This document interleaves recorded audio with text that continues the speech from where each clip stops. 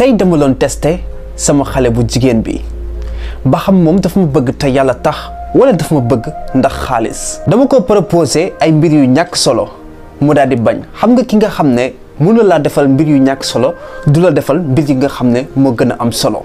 aywa regardez xool leen ma ak moom. bébé suba dama la bëgg a yónni marché nga jëlal ma Dakar. ah dafa am looy def suba. déedéet non defuma dara rek. waa doo demal sa bopp suba damay jàpp. ah ok c'est pas grave. ci saasa la génne xaalis di ko compter ci wetam ngir seetlu ko.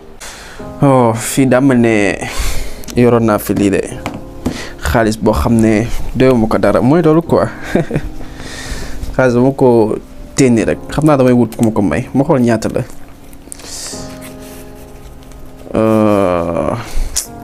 waaw ci ay 20 000 lay toll 25 000 30 waaw 30 000 la dama ko taay wàññi sax xaaral moo ñëw ko nii rek su ma ñëwee rek après am ku ma ko may. léegi ba suba su ma paree mën naa dem jëndali la Dakar. ah non c'est pas grave yow na nga jàpp mooy loolu. moo na moom doo nga ma wax sa yére yi dafa tilim doo andi ma fóotal la ko suba. non sama rek fóot na ko pare merci. doo ma may sa xaalis bi nga doon wax doyoo ko dara xanaa duma sa bébé. ah xaalis bi non dama ko soxla dama doon tooñ rek maa la gën a soxla quoi mooy problème bi.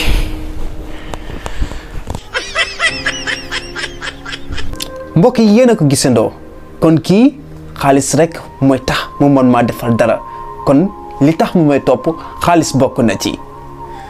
bu fekkee da nga am jigéen gu mel nii wax ma wii ci commentaire yi bu ko defee ma wax la li ngay def aywa maa ngi lay xaar.